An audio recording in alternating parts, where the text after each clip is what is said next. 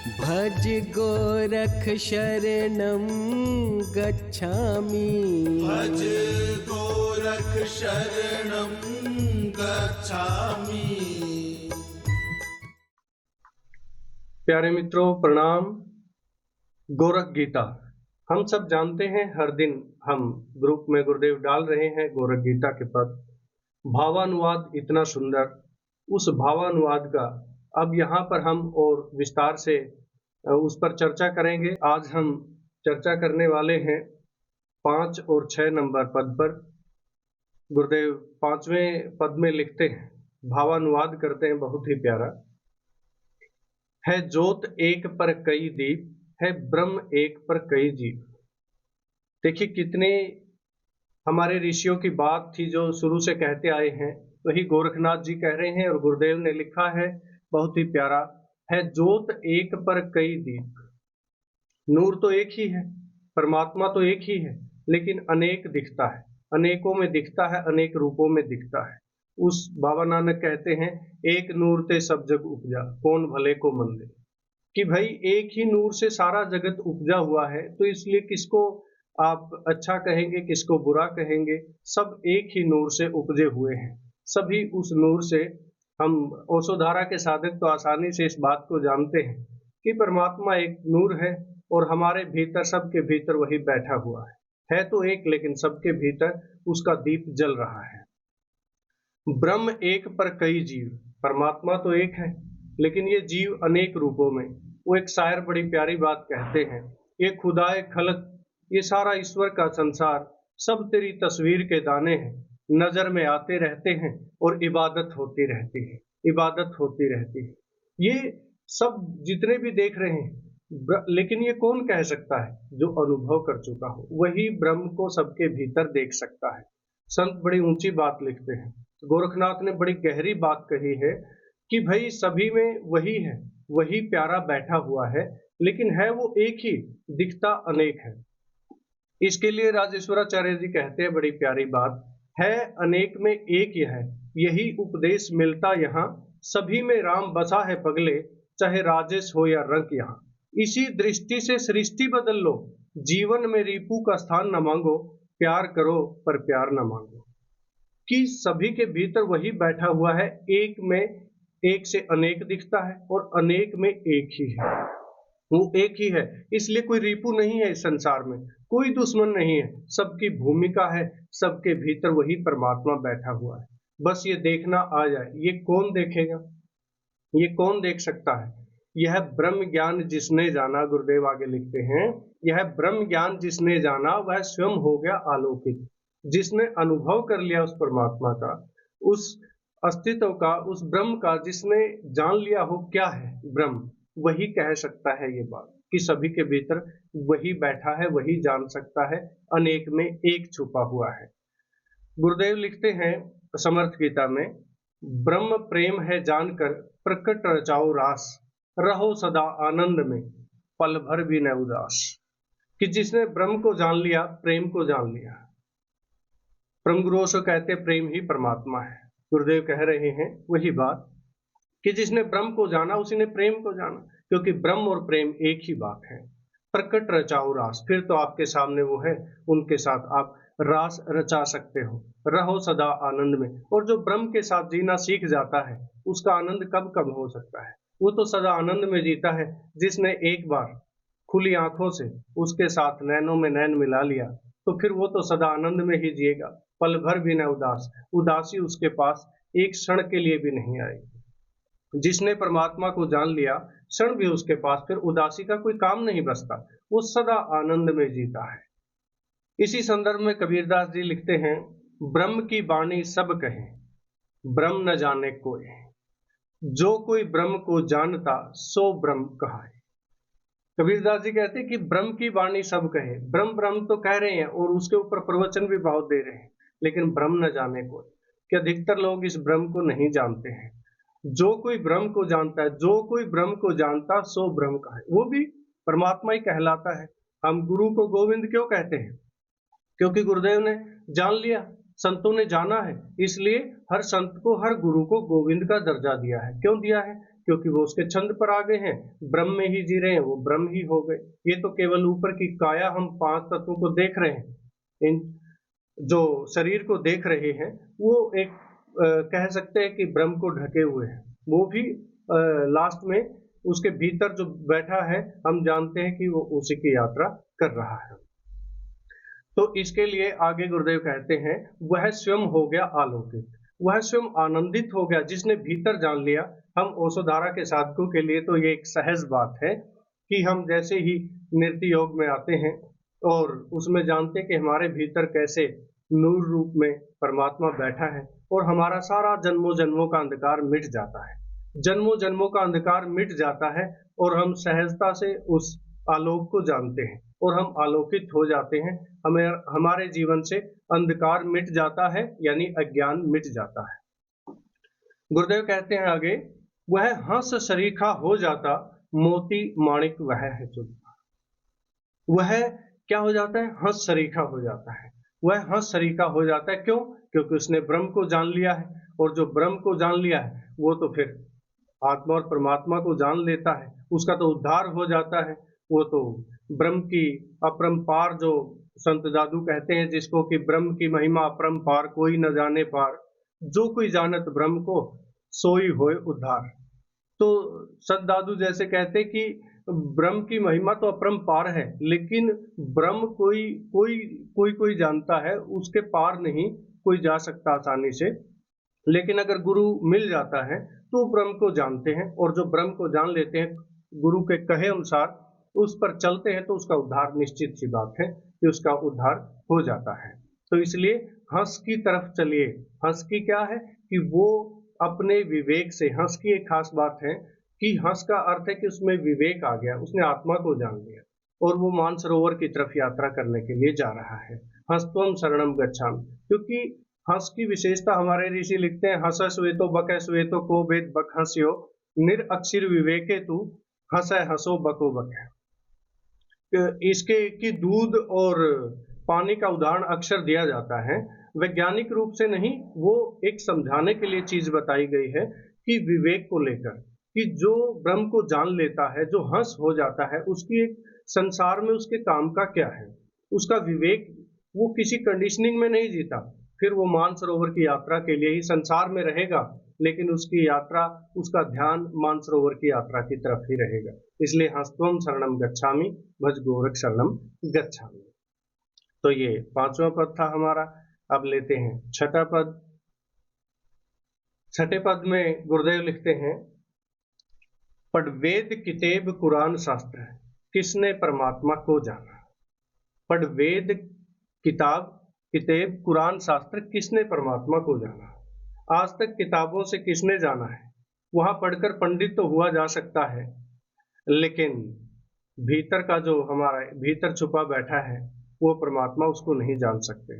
ऐसे तो कितनी किताबें बेचने वाले, गीता बेचने वाले, शास्त्र बेचने वाले सभी हो गए होते बुद्धों को उपलब्ध, तो किताबों से आज तक किसी ने नहीं जाना, क्योंकि किताबों में केवल हम वही समझते हैं जितनी हमारी प्रज्ञा है, और बिना उस तल की प्रज्ञा के बिना हम किताबों को भी नहीं समझ सकते। ये भी तभी समझ में आती हैं जब हमारे भीतर हमें अनुभव हो जाता है।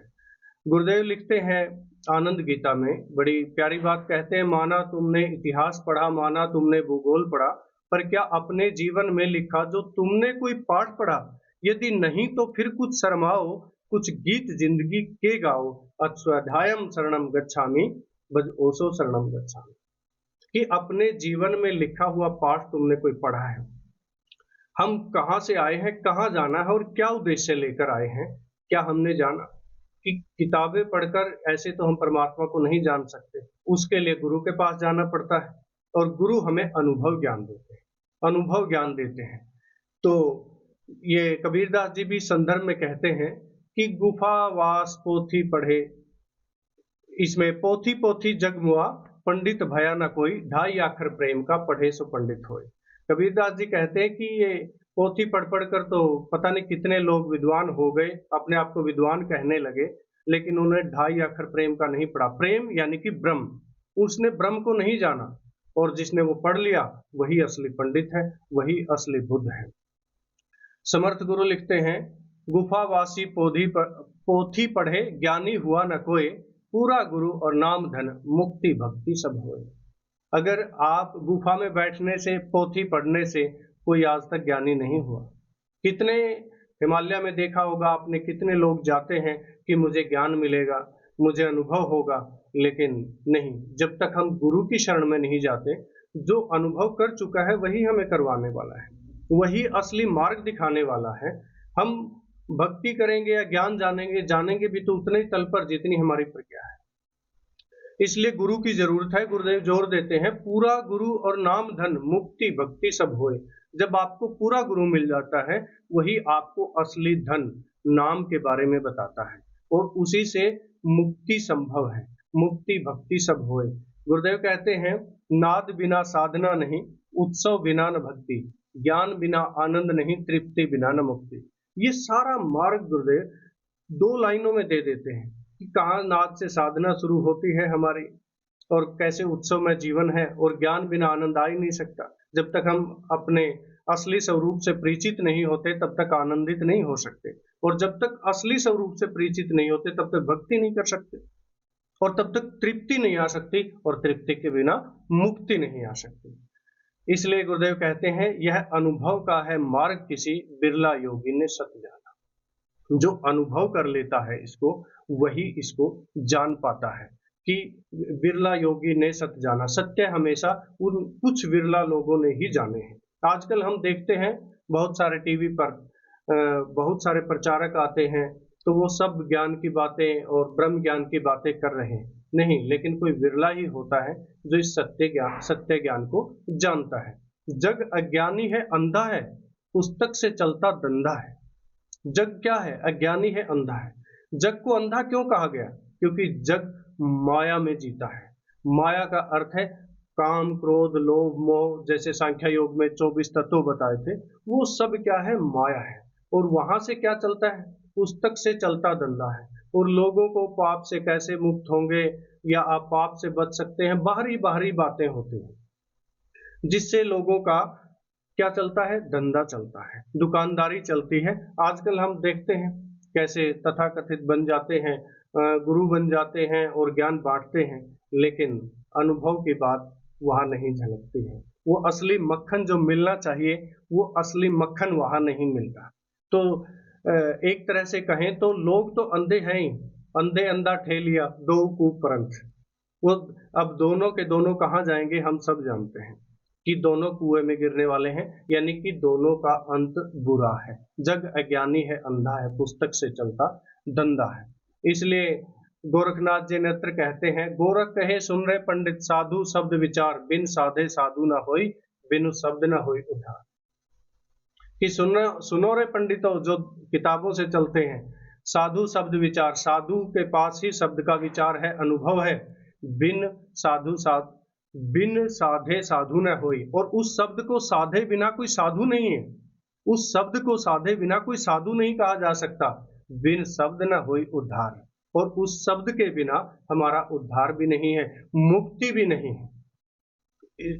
इसलिए अन्यत्र मलुकदास जी कहते हैं, भेष फकीरी जे करे मन नहीं आवे हाथ, दिल फकीरी जे हो रहे साहब तिनके साथ। कि भेष बनाने से केवल कोई मन नहीं आवे हाथ, ये हमारा मन पकड़ में नहीं आएगा कि केवल हमने चोला बदल लिया। दिल से फकीर होने चाहिए, दिल से फकीरी आनी चाहिए, यानी अनुभव होना चाहिए हमारा। साहब तिनके साथ, और जिनके पास दिल की फकीरी है तो प्रभु भी उनका ही साथ देता है, उनका ही साथ देता है।